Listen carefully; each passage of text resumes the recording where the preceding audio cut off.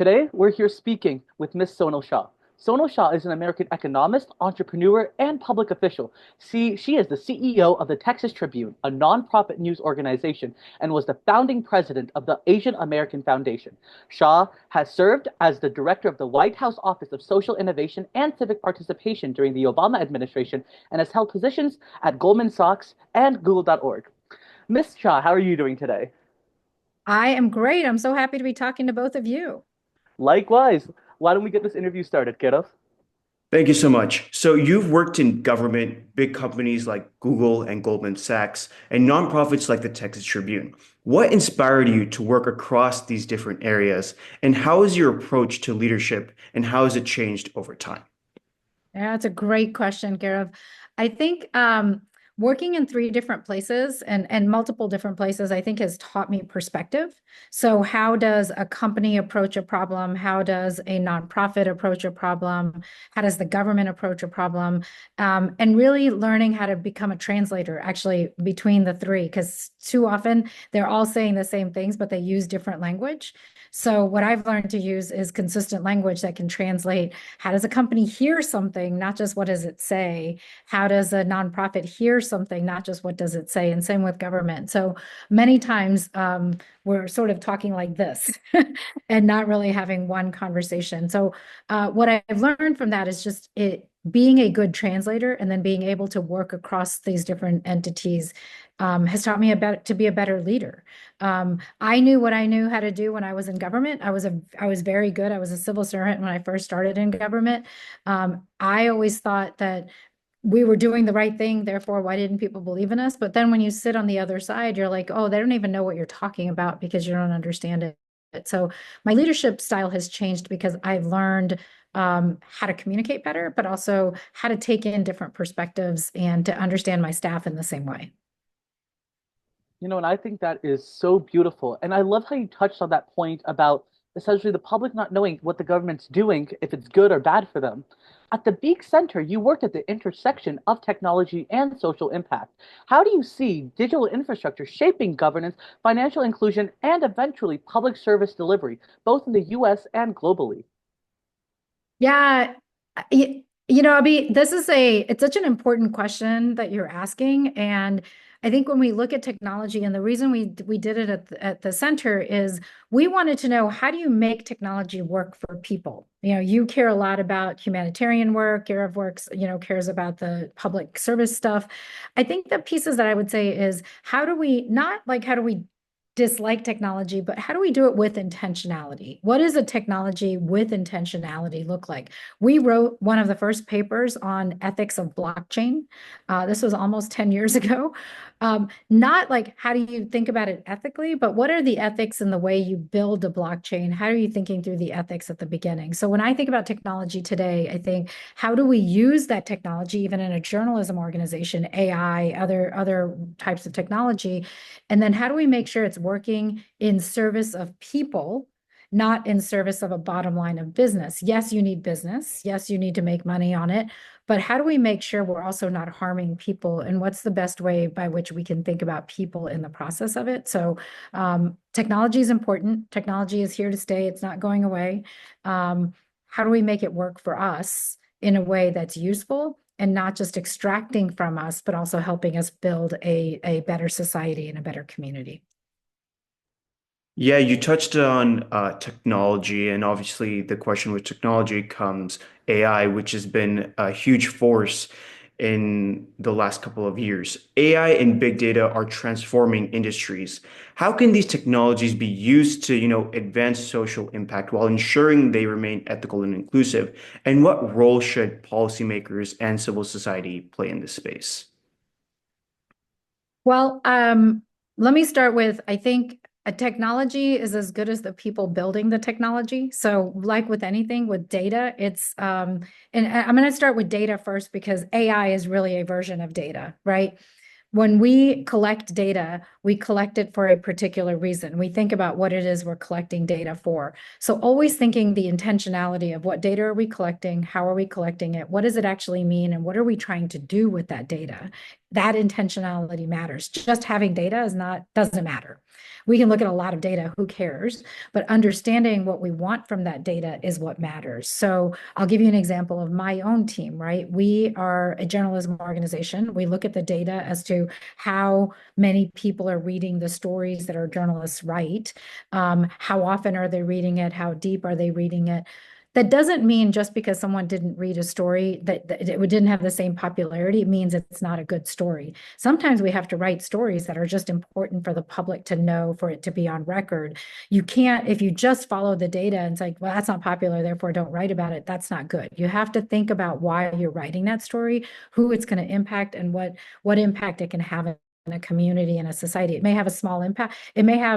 It may only affect a few people, but have a great impact in a community. We have to think about data from that perspective. So data is really important. How we use data is judgment, and how we interpret data matters a lot. So when we think about AI, what is AI doing with data, stories, things are written? How are we making sure that there's an ethic in the way it's done, the algorithms are used, what they're being used for, and how it's giving you that information in a way that A, is truthful, B, takes into account the people that actually created the information and the data, and C, we understand what it's actually saying, as opposed to just saying it's true or it's false, but actually becoming better consumers of information. So when I think about what AI has the potential to do, in certainly in science, it has tremendous potential. How can you look across multiple databases and help us think about, is there something in cancer research we could be looking at and thinking about it? How can it help us in other sciences? You know, if there's a lot of science information out there in environmental sciences, how can it help us understand what some trends might be looking at? But it still requires human judgment. Are we looking at that data equally the same? Is there something that's missing? What are the questions we should be asking based on what this data are telling us? That's what matters the most on data and technology, and especially AI. We need to become better consumers of AI, not just use it because it makes our lives easier. That's different than using it to understand what we can do differently. I think that's a beautiful answer. And I really like how you even sort of touched on how do we interpret this so that we not only do, is it factual, but also it's simple enough for the public to be able to understand what we're doing with that. And public trust impacts a multitude of different industries. For example, as you being the CEO of the Texas Tribune, you're leading a respected nonprofit news organization at the time of growing distrust in the media. How can independent journalism regain public trust, as we've seen hasn't been going so well? And what innovations can strengthen its role in democracy? That is a great question. It's a question we ask ourselves every day. The role of media has changed dramatically, right? We all are now competing with our phones for time and for your attention. Let me start with a little bit of overview, and then I'll get to answer your question, Abhi, so I appreciate it. Most people, when I was growing up, would go to a website or go to a newspaper or something to seek information. We went to the library, went to the encyclopedia, we were looking for information. Today, most of you are not looking for information, you're sorting information. There's so much information coming to you, you're not going to go seek it anymore. You're like, which one do I read? Do I read that? Do I not read that? You're making a decision on a regular on a timely basis. That's like snap, you're thinking about it quickly. What we need to think about as media organizations is, how are you all consuming information?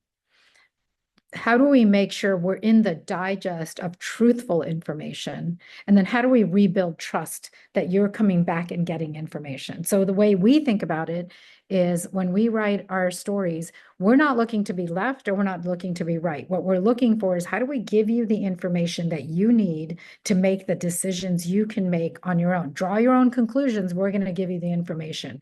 We're not giving you conclusions. We're just giving you the facts that you can then draw your conclusions, but you need to know enough about what those facts are. Second, we don't do editorials and we don't do opinions. Online, you don't know the difference between editorial and opinion. Just because you read a story doesn't mean it's. So what we want to make sure is we don't do endorsements, we don't do editorials, we don't do opinion pieces. We want you to have that information.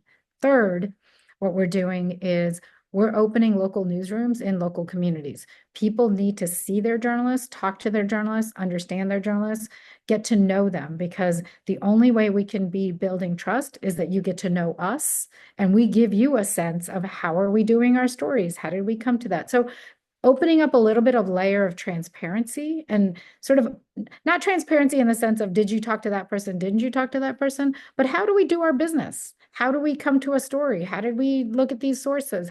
We can't give you our sources and we won't tell you that, but we can tell you how we came to the storyline and how did it. So our reporters are starting to do more of that. Here's what we've been doing. I think it's important for us to do that. And then finally, I would say being responsive. So I'll give you an example. We did a special report on education, vouchers, school choice in Texas. We created a bot alongside that report in case people had questions, they could ask questions of that report. To avoid hallucination, we actually took the questions that the bot couldn't answer and turned it back to the journalists. And they then looked at that information and said, could there be another story out of this, or do we answer the question? So what we're doing is we can use technology and we can use this to better be responsive to people and be available to be able to answer questions that people have. So we've got a lot of work to do, but we're civic organizations. We have to be a part of the civic fabric, and it's important that you all have the information you need to make decisions in your daily lives. No, that's great. When we're talking about media, it's so important to not only be well informed, but know where you're getting it from and how much trust you have in it. Moving on, through the Asian American Foundation, you've worked to empower underrepresented groups. What are the most effective ways to ensure lasting equity and inclusion, especially in a rapidly changing economical and technological landscape? I think, like with any communities, first of all, the Asian American community is 40 different communities with 50 different languages, right? So we have to recognize that it's not one monolithic community. The first thing that we spent a lot of time on is making sure people understood how much difference there is within the community itself. And two, understanding the history of each of the different communities in this country. There's a fairly high myth that all Asian Americans are wealthy, therefore they've made it. And as you all know in your own communities, it's a wide range. Not everybody is the same, and it's not true, but you tend to see the names, big names, so you think everybody's made it by doing that. Secondly, I think we spent a lot of time connecting with communities themselves. What are they missing? How can they feel like they belong in society? What is it going to take to create belonging? And how do you create belonging? How do you make sure that they're counted? Let me give you an example. The census does data collection every 10 years, right? Everybody fills out a census. The reason the census matters a lot is not just that we're counting on who's voting and who's not voting. What the census tells us is what needs are in the communities. How many more water needs are we going to have if we know who's being counted, who's not getting access to water, who's not getting access to education, who's not getting access to healthcare. So we can make sure we're counting appropriately and giving people a chance to do that. When we collect data about public health, understanding how different communities, including Asian American communities, are affected by public health, how many people didn't get the information, how many people don't understand it. So if we don't know that, we can't count them, and we can't make sure we're solving problems equally for communities. But really thinking about the poorest and those that have the least access in our communities, that's who we are as humans. Right? If we're not thinking about those, what's the point? Like, we can all making money is the easy part. Taking care of people and making sure we're keeping people included that aren't included as a part of giving them a chance also to be a part of a bigger whole, that's humanity. And I think that's our opportunity. And that's why I was a part of the Asian American Foundation, is how do we bring that humanity back? And how do we make sure we're looking at all members of our society, not just the ones that made it? Because that's just who we are as humans. And why shouldn't we take care of people who have less and who don't have the same chances? I think it's so beautiful that you touched on humanity, especially, and you're being a trailblazing leader in business and philanthropy. Something that's often overlooked is Women's History Month. What would you say Women's History Month means to you, especially because it's the month of March, which we're in right now? And what advice would you give to young girls who aspire to achieve success and make a meaningful impact like you? I think whether it's Asian American Month, the History Month, Women's History Month, Black History Month, I think it's always just a good reminder. These months are actually valuable just to look around you and saying, hey, how do I help someone else? How do I make sure that they see a face that is like mine on a stage so they feel they too have a chance to do the same things? When I was growing up, there were very few people. Abhi, you were talking about your bua, Preeta Bansal. There were very few people like us who went into public policy and politics, right? And you didn't see certainly people that look like me or her in those times in the early 90s. But when you see someone who has done that, that gives that next young person a chance to believe they too can be a part of a bigger whole. So what Women's History Month means to me is that I want to give women an opportunity to think you too can work in multiple industries. You too can make it, even if that's not what you have seen and you don't know how to do that. You see someone who's done that and has the same vulnerabilities that you might feel at the same time.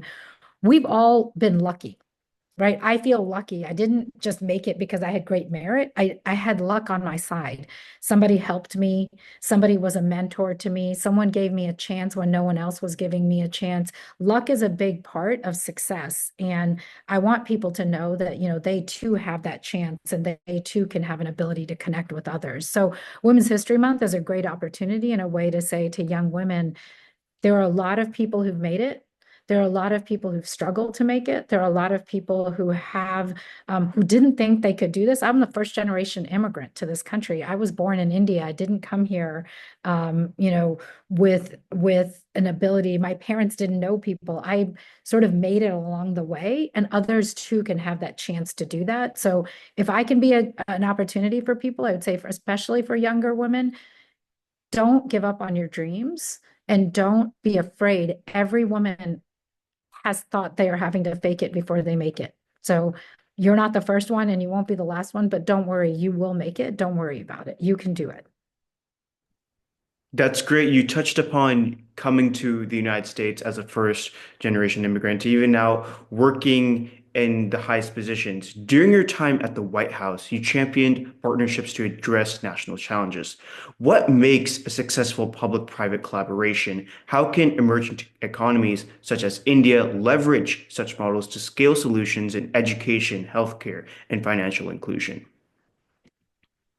I think public, private, public, nonprofit is actually really important. Again, I think the thing that I learned in that job is how to translate, because sometimes the nonprofit sector says a certain set of things, but the public sector does other things.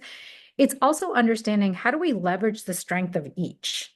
What the nonprofits do really well is they know communities in depth. They know what's happening in their community. They're very good at their communities. They know how to invest in those communities. What the government knows how to do well is scale, right? Because government has to think about everybody. In the United States, anybody in government has to be thinking about 330 million people. A company only really has to think about its customers. Nonprofits think about the communities that they serve. So the three portions coming together have an opportunity to really address problems. So companies bring business perspective, a way of narrow thinking to really get to the issue that you're trying to solve.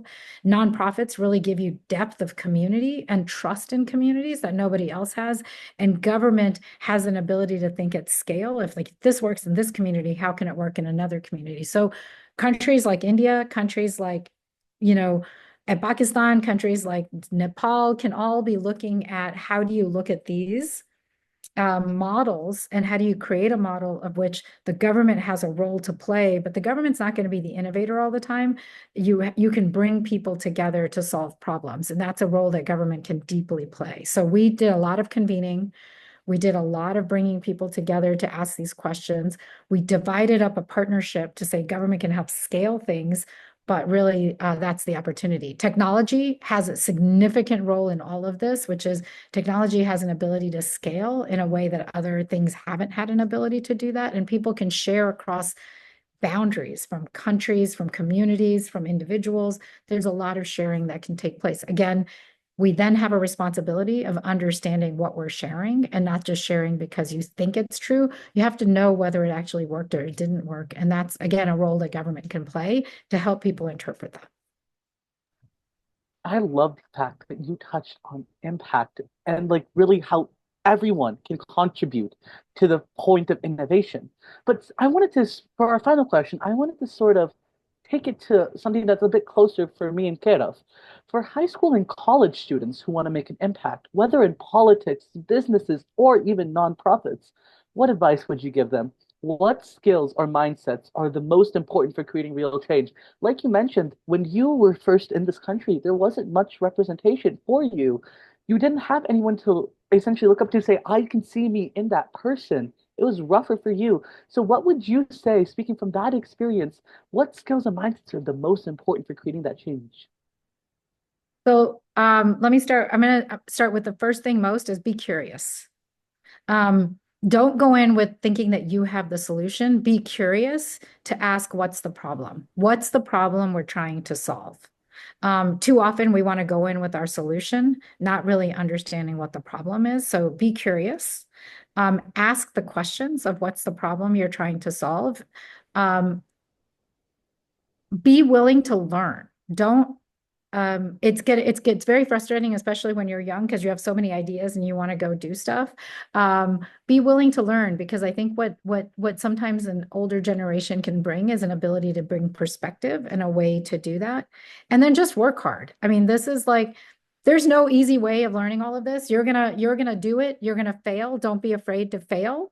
But that's okay. Failure teaches you something. I think y'all have to really understand, especially y'all in the younger generation, failure is not a badge of, failure should be a badge of honor, not a failure.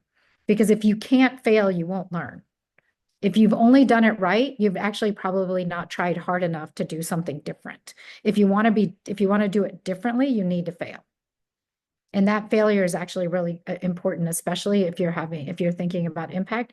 And then finally, I'd say be fearless. What if you have to lose? If you try it and it works, great. If you try it and it doesn't work, you learn something along the way. But don't do it with fear. Do it without fear. Because if you believe in something, you'll believe it regardless of whether it works or it doesn't work.